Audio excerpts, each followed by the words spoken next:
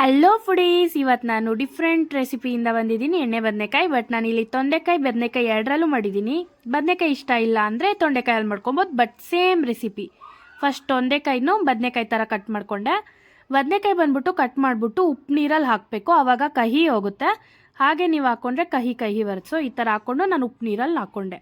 ಆಮೇಲೆ ಇದು ಹೇಗೆ ಮಾಡೋದು, ಪ್ರೊಸೀಜರು, ಇಂಗ್ರೀಡಿಯೆಂಟ್ಸ್ ಏನೇನು ಬೇಕು ಅಂತ ನಾನು ಈ ವಿಡಿಯೋದಲ್ಲಿ ಡೀಟೇಲಾಗಿ ಹೇಳಿದ್ದೀನಿ. ಪೇಷನ್ಸಿಂದ ಮಾಡಿ ಸಕ್ಕದಾಗಿ ಬರುತ್ತೆ. ನೋಡ್ಕೊಂಬರೋಣ ಇಂಗ್ರೀಡಿಯೆಂಟ್ಸ್ನ. ಈರುಳ್ಳಿ, ಟೊಮೆಟೊ, ಬೆಳ್ಳುಳ್ಳಿ, ಶುಂಠಿ, ಧನಿಯಾ, ಪೆಪ್ಪರ್ ಮಾತ್ರ ಸ್ವಲ್ಪ ಕಮ್ಮಿ ಇರಲಿ, ಒಂದು 7-8. ಮೆಂತ್ಯ ಕಹಿ ಇರುತ್ತೆ, ಸುಮ್ಮನೆ 4 ಹಾಕ್ಕೊಳ್ಳಿ. ಜೀರಿಗೆ 1 ಸ್ಪೂನು, ಎಳ್ಳು ಮತ್ತು ಗಸಗಸೆ, ಕಡಲೆ ಬೀಜ ಸ್ವಲ್ಪ ಜಾಸ್ತಿ ಇರಲಿ, ಕಡಲೆಬೇಳೆ ಸ್ವಲ್ಪ ಕಮ್ಮಿ, ಅದು ಗ್ರೇವಿ ಸ್ವಲ್ಪ ತಿಕ್ನೆಸ್ ಬರೋಕ್ಕೆ. ಇಲ್ಲಿ ನಾನು ಗೋಡಂಬಿ ಸ್ವಲ್ಪ ಕಮ್ಮಿ ಇತ್ತು ಅಂತ ಬಾದಾಮಿ ಹಾಕ್ಕೊಂಡಿದ್ದೀನಿ, ಯಾವುದಾದ್ರೂ ಹಾಕ್ಕೋಬೋದು. 1 ಪೀಸ್ ಒಣಕೊಬ್ಬರಿ. ಅದಾದಮೇಲೆ ಸ್ವಲ್ಪ ಫ್ಲೇವರ್ಗೆ ಸೋಂಪು, ಚಕ್ಕೆ, ಮೊಗ್ಗು, ಲವಂಗ, ಏಲಕ್ಕಿ ಇದೆಲ್ಲ ಒಂದೊಂದು ತೊಗೊಂಡಿದ್ದೀನಿ ಫ್ಲೇವರ್ಗೆ. ಇದು ಖಾರ ಇರಲ್ಲ, ಬ್ಯಾಡಿಗೆ ಮೆಣಸಿನ್ಕಾಯಿ, ಅದಕ್ಕೆ 10 ತೊಗೊಂಡಿದ್ದೀನಿ, ಕಲರ್ ಚೆನ್ನಾಗಿ ಬರುತ್ತೆ. ಆಮೇಲೆ ಹಸಿಕಾಯಿ ಸ್ವಲ್ಪ ತೊಗೊಂಡಿದ್ದೀನಿ. ಇಲ್ಲಿ ಬದನೆಕಾಯಿ ಕಮ್ಮಿ ಇತ್ತು 3, ಅದರ ಜೊತೆ ತೊಂಡೆಕಾಯಿ ನಾನು ಬದನೆಕಾಯಿ ಥರ ಕಟ್ ಮಾಡಿಕೊಂಡೆ. ಇದು ಸೇಮ್ ಬದನೆಕಾಯಿ, ಎಣ್ಣೆ ಬದನೆಕಾಯಿ ಹೇಗೆ ಮಾಡ್ತೀವೋ ಇದಕ್ಕೂ ಹಂಗೆ ಫಿಲ್ಲಿಂಗ್ ಮಾಡ್ಬಿಟ್ಟು ಮಾಡೋಣ ಅಂತ. ಸೊ ಈಗ ನಾವು ಇಷ್ಟೆಲ್ಲ ಐಟಮ್ಸ್ ತೊಗೊಂಡಿದ್ದೀವಿ. ಹೇಗೆ ಮಾಡೋದು ಅಂತ ಪ್ರೊಸೀಜರ್ ನೋಡ್ಕೊಬರೋಣ. ಹುಣಸೆಹಣ್ಣು ಸ್ವಲ್ಪ ನೆನೆಸಿಕೊಳ್ಳಿ, 1 ಇಂಚು. ನಾನು ಕಮ್ಮಿ ಕ್ವಾಂಟಿಟಿ ಮಾಡಿದ್ರಿಂದ ಅಷ್ಟು ತೊಗೊಂಡಿದ್ದೀನಿ, ನೀವು ಕ್ವಾಂಟಿಟಿ ನೋಡ್ಕೊಂಡು ತೊಗೊಳ್ಳಿ. ಸ್ವಲ್ಪ ಆಯಿಲ್, ಸ್ವಲ್ಪ ಸಾಸಿವೆ, ಅದಾದಮೇಲೆ ನಾನು ಆಗಲೇ ತೋರಿಸೋದ್ನಲ್ಲ ಮೆಣಸು, ಧನಿಯಾ ಅದೆಲ್ಲ ಅದು ಹಾಕೋಣ. ಸೊ ಫಸ್ಟು ಮೆಂತ್ಯ ಹಾಕೋಣ, ಅದು ಕಹಿ ಇರುತ್ತಲ್ಲ, ಎಣ್ಣೆಲಿ ಫ್ರೈ ಆದರೆ ಚೆನ್ನಾಗಿರುತ್ತೆ, ಕಹಿ ಗೊತ್ತಾಗಲ್ಲ. ನೆಕ್ಸ್ಟ್ ಅದ್ರ ಜೊತೆಗೆ ಪೆಪ್ಪರ್ ಹಾಕೋಣ. ಇದೆರಡೂ ಸ್ವಲ್ಪ ರೋಸ್ಟ್ ಆಗೋವರೆಗೂ ಎಣ್ಣೆಲಿ ಫ್ರೈ ಮಾಡ್ಕೋಬೇಕು.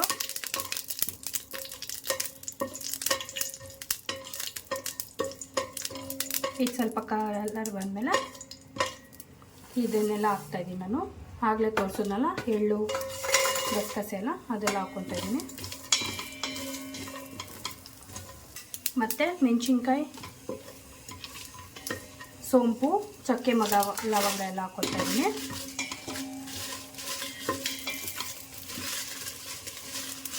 ಇದೆಲ್ಲ ನೀಟಾಗಿ ಎಣ್ಣೆಲಿ ಫ್ರೈ ಮಾಡಬೇಕು. ಇದು ಎಷ್ಟು ಚೆನ್ನಾಗಿ ಹುರಿದ್ರೆ ಅಷ್ಟು ಚೆನ್ನಾಗಿ ಟೇಸ್ಟ್ ಬರುತ್ತೆ. ಹಾಗೆ ಸ್ವಲ್ಪ ಹೊತ್ತು ಲೋ ಫ್ಲೇಮಲ್ಲಿ ಫ್ರೈ ಮಾಡ್ಕೊತಾ ಇರಿ.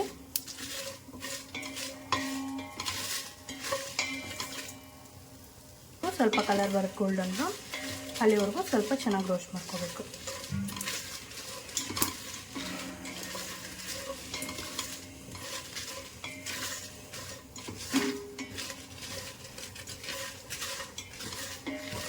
ಇವಾಗ ಬದನೆಕಾಯಿ ಹೀಟು ತಿನ್ನಲ್ಲ, ಇಷ್ಟ ಆಗಲ್ಲ ಅಂತ ಹೇಳೋರೆಲ್ಲ ನಾನೀಗ ತೊಂಡೆಕಾಯಲ್ಲಿ ಮಾಡ್ತಾಯಿದ್ದೀನಲ್ಲ, ಆ ರೆಸಿಪಿನ ಟ್ರೈ ಮಾಡ್ಬೋದು.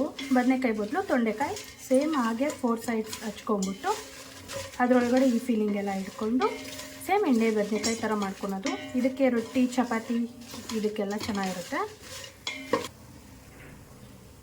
ಇದೆಲ್ಲ ಸ್ಮೆಲ್ ಬರುತ್ತೆ ರೋಸ್ಟ್ ಆಗೋವಾಗ ಗಮ್ ಅಂತ, ನಿಮ್ಗೆ ಅವಾಗ ಗೊತ್ತಾಗುತ್ತೆ ಇದೆಲ್ಲ ರೋಸ್ಟ್ ಆಗಿದೆ ಅಂತ. ಗೋಡಂಬಿ ಎಲ್ಲ ಹಾಕಿರ್ತೀವಲ್ಲ, ಅದು ಗೋಲ್ಡನ್ ಕಲರ್ ಬಂದಿರುತ್ತೆ, ಚೆಕ್ ಮಾಡ್ಕೊಳ್ಳಿ. ಅರ್ಧ ಬೆಂದಿದ್ರೆ ನಿಮಗೆ ರುಚಿ ಬರೋಲ್ಲ.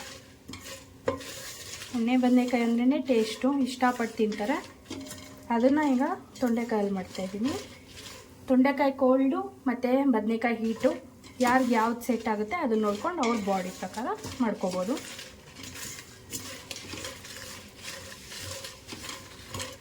ಇದು ಫ್ರೈ ಆದಮೇಲೆ ಶಿಫ್ಟ್ ಮಾಡ್ಕೋಬೇಕು. ಇದು ನೋಡಿ, ಇದೆಲ್ಲ ಕಲರ್ ಬಂದಿದೆ ಗೋಡಂಬಿ.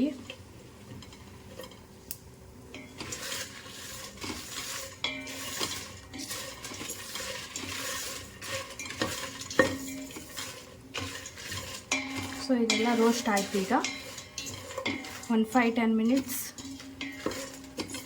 ಆಗುತ್ತೆ ನೀಟಾಗೆಲ್ಲ ಫ್ರೈ ಆಗೋಕ್ಕೆ. ಇದೆಲ್ಲ ಉದ್ದಿರೋದನ್ನು ನಾನು ಕೂಲ್ ಡೌನ್ ಆಗೋಕ್ಕೆ ತೆಗಿತಾ ಇದ್ದೀನಿ.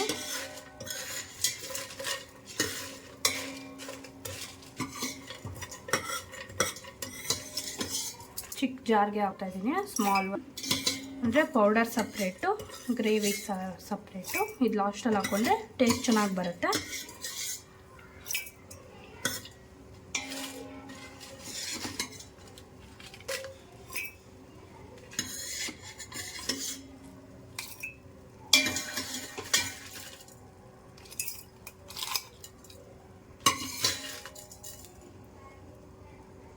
ಚಿಲ್ಲಿ ಎಲ್ಲ ಸ್ವಲ್ಪ ಕೂಲ್ ಡೌನ್ ಆಗೋಕ್ಕೆ ನಾನು ಪ್ಲೇಟಲ್ಲಿ ಹಾಕ್ಕೊಂಡೆ. ಸ್ವಲ್ಪ ಕೂಲ್ ಡೌನ್ ಆದಮೇಲೆ ಪೌಡರ್ ಮಾಡ್ಕೊಳ್ಳೋಣ.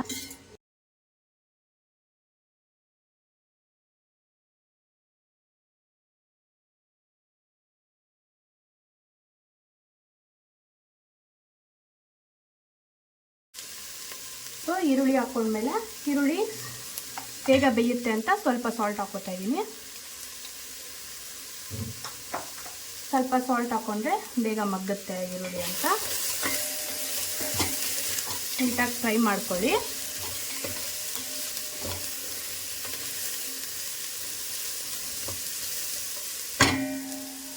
ನಿಮಗೆ ಹಸಿ ಟೇಸ್ಟ್ ಬರಬಾರ್ದು ಅಂದರೆ ಸ್ವಲ್ಪ ನೀಟಾಗಿ ಫ್ರೈ ಆಗೋವರೆಗೂ ಹಾಗೆ ಬಿಡಬೇಕು, ಇಲ್ಲಾಂದರೆ ಹಸಿ ಟೇಸ್ಟ್ ಬರುತ್ತೆ, ಆಮೇಲೆ ಟೇಸ್ಟ್ ಚೆನ್ನಾಗಿರಲ್ಲ. ಸೊ ಈರುಳ್ಳಿ ಸ್ವಲ್ಪ ಫ್ರೈ ಆಗಿದೆ ನೋಡಿ, ಕಲರ್ ಚೇಂಜ್ ಆಗಿದೆ. ನಾನೀಗ ಇದ್ರ ಜೊತೆಗೆ ಟೊಮೆಟೊ ಕೂಡ ಸೇರಿಸ್ಕೊತಾ ಇದ್ದೀನಿ.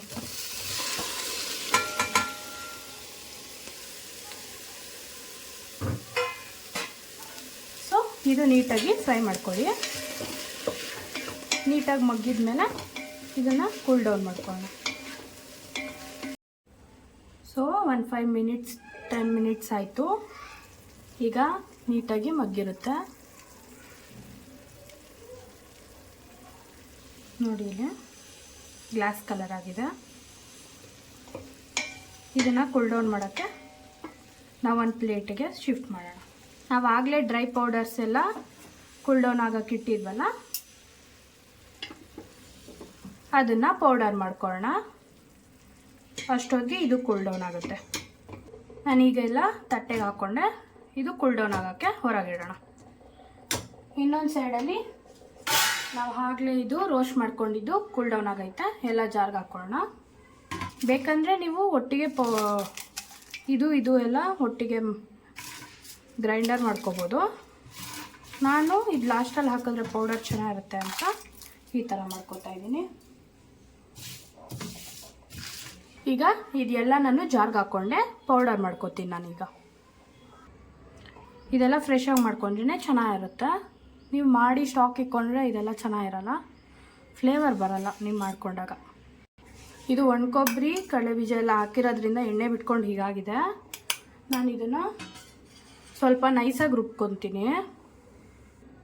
ತರ್ತರಿಗಿದೆ ಇದು, ಅದಕ್ಕೆ ನಾನು ನೈಸಾಗಿ ಬರಬೇಕು ಅಂತ ನೀರು ಹಾಕ್ಕೊಂಡು ಗ್ರೈಂಡ್ ಮಾಡ್ಕೊತೀನಿ ಖಾರ ಥರ. ಅದು ಫುಲ್ ನೈಸ್ ಆದ್ರೇ ಟೇಸ್ಟ್ ಬರೋದು, ಇಲ್ಲಾಂದರೆ ನಿಮಗೆ ಎಣ್ಣೆ ಬದನೆಕಾಯಿ ಫ್ಲೇವರ್ ಚೆನ್ನಾಗಿ ಬರಲ್ಲ. ಸ್ವಲ್ಪ ನೀರು ಹಾಕ್ಕೊಂಡೆ. ಈಗ ನೈಸ್ ಪೇಸ್ಟ್ ಮಾಡ್ಕೊತೀನಿ. ಈಗ ನೋಡಿ, ಇದು ಫುಲ್ ಫೈನ್ ಪೇಸ್ಟ್ ಆಗಿದೆ, ತರ್ತರಿಗಿಲ್ಲ. ನೈಸಾಗಿ ಮಾಡ್ಕೊಳ್ಳಿ. ನೆಕ್ಸ್ಟ್ ಇದಾದಮೇಲೆ ಇದು ಕೂಲ್ ಡೌನ್ ಆಗಲಿ, ಅದಾದಮೇಲೆ ಇದನ್ನು ಗ್ರೈಂಡ್ ಮಾಡ್ಕೊಳ್ಳೋಣ ನಾವು. ಇದು ಈಗ ಕೂಲ್ ಡೌನ್ ಆಗಿದೆ. ನಾನು ಫಸ್ಟು ಹಸಿಕಾಯಿ ತೊಗೊಂಡಿದ್ದೀನಿ, ಆಗಲೇ ಅದಕ್ಕೆ ಹಾಕ್ಕೊಂಡಿದ್ದೀನಿ. ಇದನ್ನೆಲ್ಲ ಮಿಕ್ಸಿಗೆ ಟ್ರಾನ್ಸ್ಫರ್ ಮಾಡೋಣ. ಇದೆಲ್ಲ ನಾನು ಜಾರ್ಗೆ ಹಾಕ್ಕೊಂಡಾಯ್ತು. ಈಗ ಪೇಸ್ಟ್ ಮಾಡ್ಕೊಳ್ಳೋಣ. ಈಗ ಇದಕ್ಕೆ ನಾವು ಆಗಲೇ ಹುಣಸೆಹಣ್ಣು ನೆನೆಸ್ಕೊಂಡ್ವಲ್ಲ, ಅದನ್ನು ಹಾಕ್ಕೊಳ್ಳೋಣ. ಇದ್ರ ಜೊತೆಗೆ ಪೇಸ್ಟ್ ಮಾಡ್ಕೋಬೇಕು. ಇದೀಗ ಪೇಸ್ಟ್ ಆಗಿದೆ ನೋಡಿ, ಈಗ ಮಾಡ್ಕೊಳ್ಳಿ. ಈಗ ಪೇಸ್ಟ್ ಆಯಿತು. ನೆಕ್ಸ್ಟ್ ನಾವು ತೊಂಡೆಕಾಯಿನ ಬದನೆಕಾಯಿನ ಫ್ರೈ ಮಾಡ್ಕೊಳ್ಳೋಣ. ನಾನು ಆಗಲೇ ಟೊಮೆಟೊ ಆನಿಯನ್ನು ಫ್ರೈ ಮಾಡ್ಕೊಂಡಿರೋ ಬಟ್ಲಿಗೆ ತೊಗೊತಾ ಇದ್ದೀನಿ. ಅದಕ್ಕೆ ಸ್ವಲ್ಪ ಆಯಿಲ್ ಹಾಕ್ಕೊಳ್ಳೋಣ. ಎಣ್ಣೆಲಿ ವೆಜಿಟೇಬಲ್ ಫ್ರೈ ಆದರೆ ಟೇಸ್ಟ್ ಚೆನ್ನಾಗಿ ಬರುತ್ತೆ. ಇದಕ್ಕೆ ನಾವು ಈ ಥರ ಕಟ್ ಮಾಡ್ಕೊಂಡಿದ್ವಲ್ಲ ತೊಂಡೆಕಾಯಿನ ಹಾಕೊಳ್ಳೋಣ.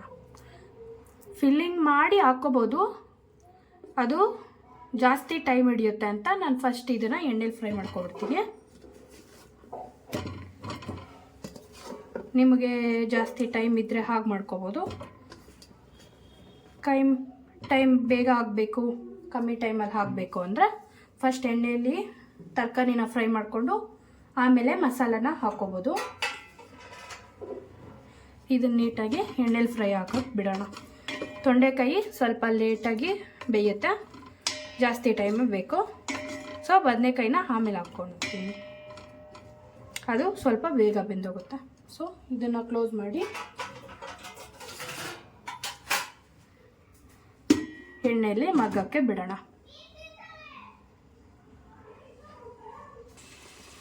ಇದು ನಾನು ಕ್ಲೋಸ್ ಮಾಡಿಕೊಂಡು ಸ್ವಲ್ಪ ಫ್ರೈ ಹಾಗಾಕ್ಬಿಡ್ತೀನಿ. ಸ್ವಲ್ಪ ಜಾಸ್ತಿ ಟೈಮ್ ಬೇಕು ಅನ್ನಲ್ಲ, ಸ್ವಲ್ಪ ಮೀಡಿಯಮ್ ಸ್ಲಿಮ್ಮಲ್ಲಿ ಇರಲಿ.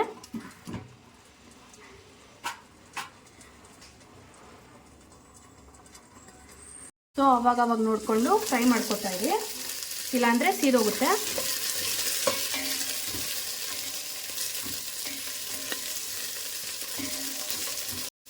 ನಾನು ಬದನೆಕಾಯಿ ಈಗಲೇ ಹಾಕ್ಕೊತಾ ಇದ್ದೀನಿ. ನಾನು ಇಷ್ಟೊತ್ತು ಈ ಥರ ಕಟ್ ಮಾಡಿಕೊಂಡು ಉಪ್ಪು ನೀರಲ್ಲಿ ಹಾಕಿಡ್ಕೊಂಡಿದ್ದೆ, ಅದು ಕಹಿ ಇರುತ್ತಲ್ಲ, ಕಹಿಯಲ್ಲಿ ಹೋಗುತ್ತೆ ಅಂತ. ಇವಾಗ ಇದನ್ನು ಇದ್ರ ಜೊತೆ ಹಾಕ್ಕೋತೀನಿ. ಇದು ಬೇಗ ಬೇಯುತ್ತಲ್ಲ, ಇದು ಬೆಂದಾದ್ಮೇಲೆ ಸಪ್ರೇಟಾಗಿ ಎತ್ತಿಡ್ಕೊತೀನಿ, ಆವಾಗ ಇದ್ರೊಳಗಡೆ ಸ್ಮ್ಯಾಶ್ ಆಗಲ್ಲ.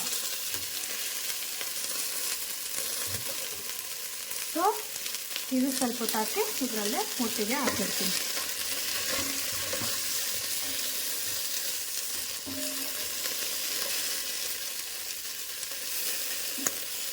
ಸೊ ಈಗ ಎಣ್ಣೆಲಿ ಫ್ರೈ ಆಗ್ತೈತೆ ನೋಡಿ, ನೋಡಿಕೊಂಡು ಚೇಂಜ್ ಮಾಡ್ಕೊಬೇಕು ಡೈರೆಕ್ಷನ್ನು. ಎಣ್ಣೆಲಿ ಫ್ರೈ ಆದ್ರೇ ಟೇಸ್ಟ್ ಇರೋದು ಅಂತ ಈ ಥರ ಮಾಡ್ಕೊತಾ ಇದ್ದೀನಿ. ಸೀದೋಗ್ದಿರೋ ಥರ ನೋಡ್ಕೊಳ್ಳಿ, ಅದು ಸ್ವಲ್ಪ ತುಂಬ ಸ್ಲಿಮ್ಮಲ್ಲಿದ್ದು ಈ ಥರ ಆಗ್ತಾಯಿದೆ.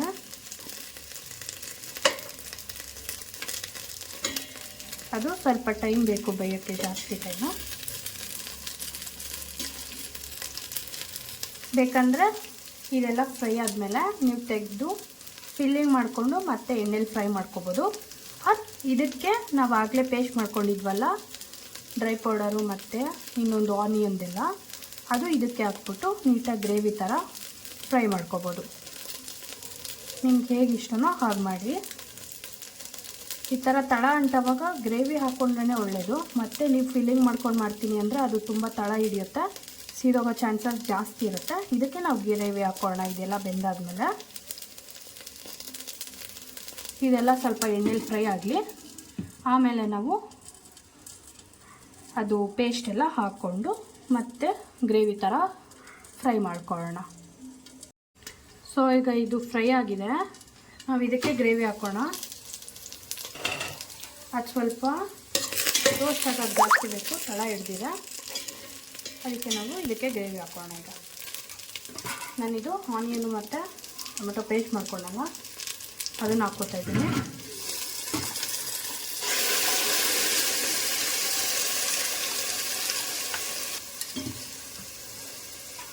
ಇದು ನೀಟಾಗಿ ಇದ್ರ ಜೊತೆ ಫ್ರೈ ಮಾಡೋಣ. ಆಮೇಲೆ ಲಾಸ್ಟಲ್ಲಿ ನಾವು ಮಸಾಲ ಸ್ಪೈಸಸ್ ಎಲ್ಲ ಇದು ಮಾಡಿದ್ವಲ್ಲ ಅದನ್ನು ಹಾಕೋಣ. ಸೊ ಇದೆಲ್ಲ ಬೆಂದಿದೆ ನೋಡಿ, ಇನ್ನು ಸ್ವಲ್ಪ ಇದ್ರ ಜೊತೆಗೆ ಸ್ವಲ್ಪ ಬೇಯುತ್ತೆ. ಇದು ಚೆನ್ನಾಗಿ ಕುಕ್ ಮಾಡ್ಕೊಳ್ಳೋಣ.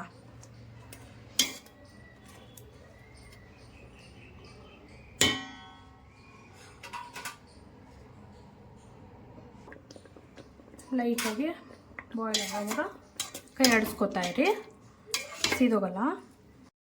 ಲಿಡ್ ಕ್ಲೋಸ್ ಮಾಡಿಕೊಂಡು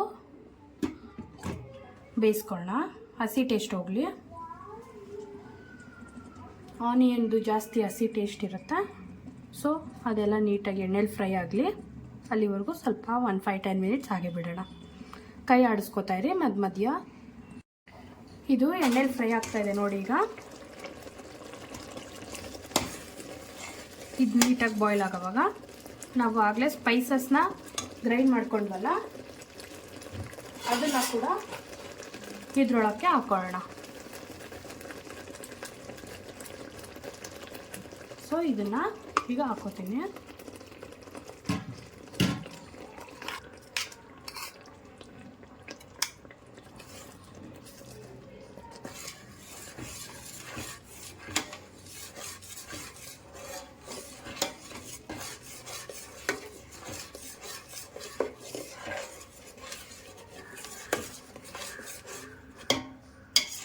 ಇದು ಹಾಕ್ಕೊಂಡ್ಮೇಲೆ ನೀಟಾಗಿ ಎಣ್ಣೆ ಬಿಡೋವರೆಗೂ ಮಗ್ಗಿಸ್ಕೊಳ್ಳಿ.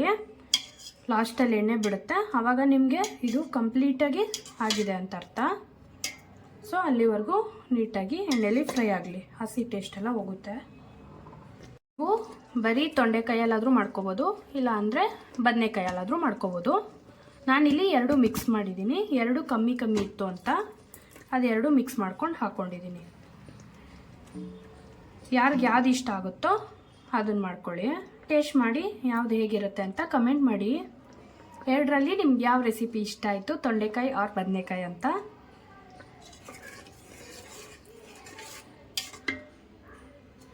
ಒಂದು 5-10 ಮಿನಿಟ್ಸ್ ಕುಕ್ ಆಗೋಕ್ಕೆ ಬಿಡೋಣ. ಇದನ್ನು ಕುದಿಯೋಕ್ಕೆ ಮುಂಚೆನೇ ಸ್ವಲ್ಪ ಅರಿಶಿನ ಉಪ್ಪು ಹಾಕೋತೀನಿ. ಈಗ ಅರಿಶಿನ ಹಾಕ್ಕೊಂಡೆ, ಸ್ವಲ್ಪ ಉಪ್ಪು ಹಾಕೋತಾ ಇದ್ದೀನಿ. ನಾನಿಲ್ಲಿ ಯೂಸ್ ಮಾಡ್ತಾ ಇರೋದು ಹಿಮಾಲಯನ್ ಸಾಲ್ಟು.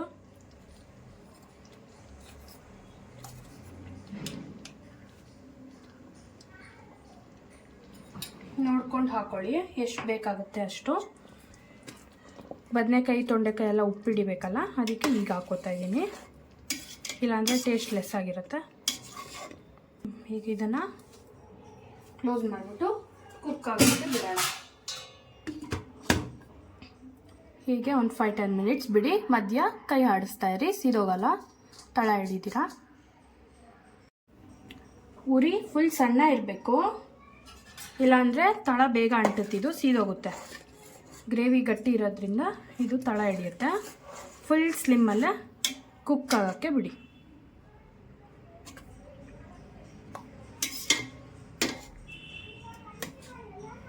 ಆವಾಗ ಚೆನ್ನಾಗಾಗುತ್ತೆ ಟೇಸ್ಟ್. ಸ್ಲಿಮ್ಮಲ್ಲೇ ಇರಲಿ. ಸೊ ಕೈ ಆಡಿಸ್ಕೊತಾ ಇರಿ ಮಧ್ಯ. ಸೊ ಫುಲ್ ಆಗಿದೆ ಅಂದರೆ ನಾವು ಎಷ್ಟು ಹಾಕಿರ್ತೀವೋ ಎಣ್ಣೆ ಅದು ನೀಟಾಗಿ ಮೇಲ್ಗಡೆ ತೇಲ್ತಾ ಇರುತ್ತೆ, ಆವಾಗ ಆಗಿದೆ ಅಂತ. ಇವಾಗೇನು ನಮ್ಗೆ ಎಣ್ಣೆ ಗೊತ್ತಾಗ್ತಾ ಇಲ್ಲ ಅಷ್ಟು, ಇನ್ನು ಸ್ವಲ್ಪ ಹೊತ್ತಾಗಲಿ. ಕೈ ಆಡಿಸ್ಕೊಂಡು ಮತ್ತೆ ಹಾಗೆ ಕ್ಲೋಸ್ ಮಾಡಿಕೊಂಡು ಇಟ್ಕೊಳ್ಳಿ ಸ್ವಲ್ಪ.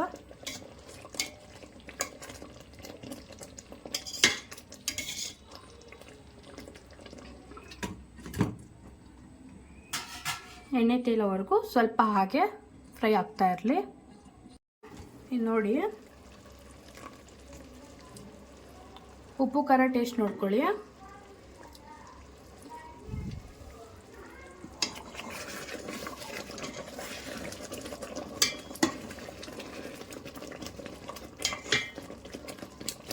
ಸೊ ಇದಾಗಿದೆ ಕಂಪ್ಲೀಟಾಗಿ. ಇದಕ್ಕೆ ಚಪಾತಿ ರೊಟ್ಟಿ ಯಾವುದಾದ್ರೂ ಹಾಕ್ಕೊಂಡು ಮಾಡ್ಕೊಂಡು ತಿನ್ಬೋದು. ಅಕ್ಕಿ ರೊಟ್ಟಿ, ಜೋಳದ ರೊಟ್ಟಿ, ಚಪಾತಿ ಕಾಂಬಿನೇಷನ್ ಯಾವುದಾದ್ರೂ ಚೆನ್ನಾಗಿರುತ್ತೆ. ಕಂಪ್ಲೀಟಾಗಿ ಎಲ್ಲ ಆದಮೇಲೆ ಲಾಸ್ಟಲ್ಲಿ ಗಾರ್ನಿಷಿಗೆ ನಾನು ಇಲ್ಲಿ ಕೊರಿಯಾಂಡರ್ ಹಾಕ್ಕೋತಾ ಇದ್ದೀನಿ. ಬೇಕಂದರೆ ಫ್ರೆಶ್ ಕ್ರೀಮ್ ಹಾಕ್ಕೋಬೋದು, ಅದು ಆಪ್ಷನಲ್ಲು.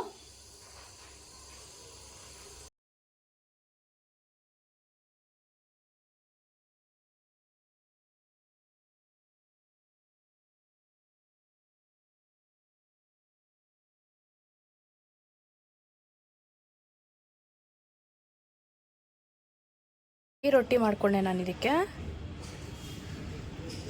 ಅಂದರೆ ಬದನೆಕಾಯಿ ಇಟ್ಟು ಚಪಾತಿ ಮಾಡ್ಕೊಂಡು ಹಿಟ್ಟಾಗುತ್ತೆ ಅಂತ. ನಾನು ಇದ್ರ ಮೇಲೆ ಫ್ರೆಶ್ ಕ್ರೀಮ್ ಹಾಕಿದ್ದೀನಿ. ಟೇಸ್ಟ್ ನೋಡೋಣ.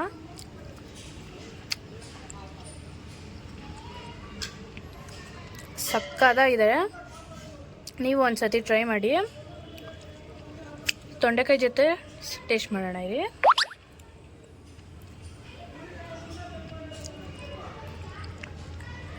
ನಿಜ ಎಣ್ಣೆ ಬದನೆಕಾಯಿ ಟೇಸ್ಟ್ ಮಾತ್ರ ಬೊಂಬಾಟಾಗೈತೆ. ನೀವು ಮನೇಲಿ ಟೇಸ್ಟ್ ಮಾಡಿ ಹೇಗೆ ಬಂತು ಅಂತ ಹೇಳಿ. ಕನ್ಸಿಸ್ಟೆನ್ಸಿ ಎಲ್ಲ ನೋಡಿಕೊಂಡು ಕ್ವಾಂಟಿಟಿ ಎಲ್ಲ ನೋಡ್ಕೊಂಡು ಹಾಕಿ. ನಿಜವಾಗ್ಲೂ ಚೆನ್ನಾಗಿದೆ. ಫ್ರೆಶ್ ಕ್ರೀಮ್ ಆಪ್ಷನಲ್, ನಾನು ಇಲ್ಲಿ ಚೆನ್ನಾಗಿ ಕಾಣುತ್ತೆ ಅಂತ ಹಾಕಿದ್ದೀನಿ.